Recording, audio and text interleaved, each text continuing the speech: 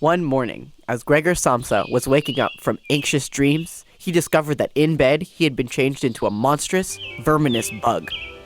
This is the first sentence of Franz Kafka's most famous book, The Metamorphosis. It's about a man who is inexplicably turned into a massive bug, but most of the book is about what the man and his family are thinking after this weird event. Do you ever like to think up stories in your head? Maybe when you're bored in the car or before you fall asleep at night? Are your stories about you, or are they about fantasy lands and people in far-off places?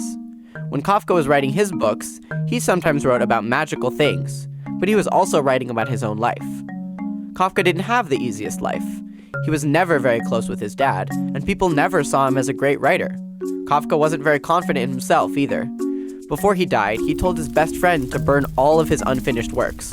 Luckily, his friend didn't listen to him and published everything anyway, so the world could read Kafka's writing. Now, students all over the world read Kafka's books in schools, and we think of him as one of the best writers of the last 100 years. Many people now believe that Kafka's writing reflects his difficult relationship with his father. Maybe the easiest way for Kafka to deal with the issues he experienced was to write about him.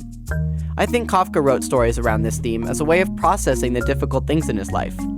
For me, I love to create theater because I can imagine living a life that's different than my own. How do you use art to express how you're feeling?